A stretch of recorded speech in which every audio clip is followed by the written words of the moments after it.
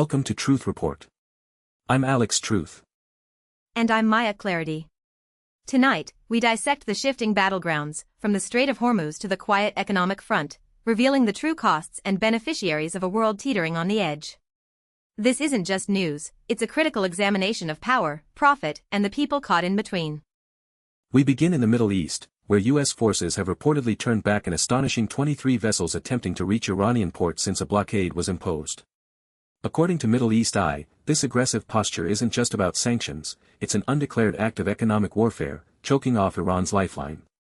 The mainstream narrative often glosses over the severe humanitarian toll this takes. Indeed, Alex. This blockade isn't surgical, it impacts ordinary Iranian citizens, exacerbating shortages of essential goods, medicine, and food. While the U.S. claims strategic security, the ultimate losers are the Iranian populace, while U.S. geopolitical interests in containing Iran are clearly benefiting. This policy deepens regional instability, rather than resolving it, and the media rarely questions its legality under international maritime law. And the consequences are already escalating. Middle East Eye also reports that Iran is signaling a potential reclosure of the Strait of Hormuz, a critical global choke point for oil, following its rejection of an international demand to transfer uranium abroad. This isn't merely a threat, it's a direct response to the economic strangulation, a desperate attempt to regain leverage against crippling sanctions. The implications are dire. Closing Hormuz would send shockwaves through the global economy, causing oil prices to skyrocket and disrupting supply chains worldwide. Who benefits? Certainly, global oil producers who see profits surge. Who loses? Every nation dependent on oil imports, every consumer feeling the pinch, and the prospect of rapid military escalation in an already volatile region. The media frames this as Iranian belligerence, ignoring the U.S. provocations. Precisely. This tit-for-tat escalation between the U.S. blockade and Iran's Hormuz threat is a dangerous dance. It's a classic example of economic pressure leading to military posturing, creating a direct pathway to potential conflict. The broader pattern is clear. Sanctions, presented as a bloodless alternative, are often just the first salvo in a much larger confrontation, with regional stability as the ultimate casualty. Meanwhile, closer to the ongoing conflict, Al Jazeera reports a disturbing violation of the ceasefire in southern Lebanon. Israeli shelling continues, and bulldozers are still engaged in home demolitions, forcing recently displaced Lebanese civilians to flee once again. This isn't just a breakdown of a ceasefire. It's a blatant disregard for international agreements and human rights. Absolutely, Maya. The relentless demolition of homes isn't collateral damage, it's a calculated strategy of collective punishment and territorial coercion.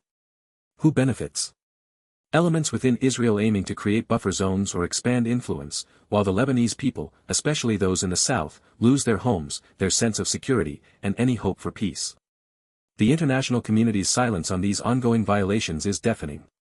The mainstream media often reports these incidents as isolated skirmishes, failing to connect them to the broader pattern of systematic displacement and the deliberate undermining of Lebanese sovereignty. These actions perpetuate a cycle of violence and resentment, ensuring that a true, lasting peace remains elusive for millions. It's a consistent strategy of eroding civilian life to achieve strategic objectives. And as the Middle East destabilizes, some nations see opportunity.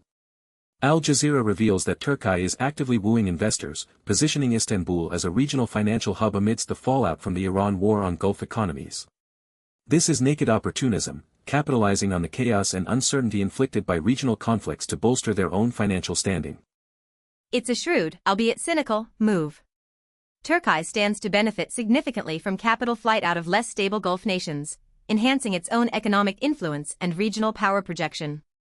The Gulf economies, already strained by conflict, lose investment, while international capital, always seeking security, shifts to Turkiye.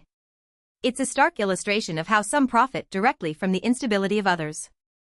This highlights a critical, often unexamined, pattern. War isn't just about bombs and bullets. It's about economic realignment, shifting power bases, and nations strategically leveraging conflict for their own gain. Turkiye's move isn't about peace, it's about claiming a bigger slice of the financial pie, cementing its role as a key player in a reconfigured Middle East. And the global economic chessboard extends far beyond the Middle East. Consider this, the South China Morning Post reports that a new trade deal with China has Canadians eagerly anticipating cheaper electric vehicles. Brands like BYD and NIO are preparing to enter the market, promising affordability. On the surface, it sounds like a consumer win. But dig deeper, Maya, and you see the geopolitical fault lines. While Canadian consumers might benefit from lower EV prices, North American and European EV manufacturers face crushing competition. More critically, this signals Canada's pivot towards Chinese economic influence, potentially undermining U.S. efforts to decouple and creating long-term economic dependency on Beijing. This is an economic battleground. Exactly. Who truly benefits? Chinese automakers gain immense market share and global influence. Who loses? Western manufacturing jobs and national security interests, as intelligence agencies raise flags about data collection via Chinese-made vehicles. The media celebrates affordability without questioning the geopolitical trade-offs or the strategic implications for Western alliances in this escalating global power struggle. This seemingly benign trade deal is part of a much larger global pattern, the reordering of economic power that underpins all geopolitical conflicts. While we focus on the Middle East, the quiet struggle for technological and economic dominance between the US and China is shaping the future, with trade deals like these acting as strategic maneuvers in a cold economic war. So, what we're seeing across all these stories, the US blockade, Iran's counter-threat, Israel's ceasefire violations, Turkiye's financial opportunism, and Canada's EV deal, is a profoundly interconnected web. Economic warfare fuels military tensions, regional conflicts create new financial hubs, and global trade deals reflect deeper geopolitical realignments. The war isn't confined to battlefields, it's everywhere. These aren't isolated incidents. They are symptoms of a fractured global order, where national interests are pursued relentlessly, often at the expense of human lives, international law, and global stability.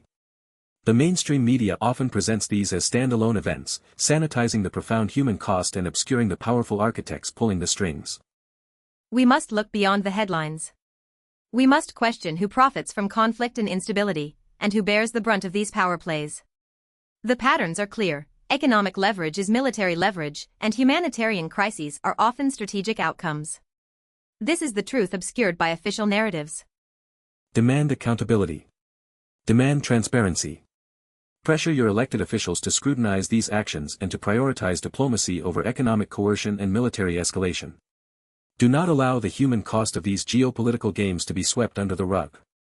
Because until we understand the true beneficiaries and the real victims of these conflicts, we cannot hope to forge a path towards genuine peace or a truly equitable global order. Stay informed. Stay critical. For Truth Report, I'm Alex Truth. And I'm Maya Clarity. We'll see you next time.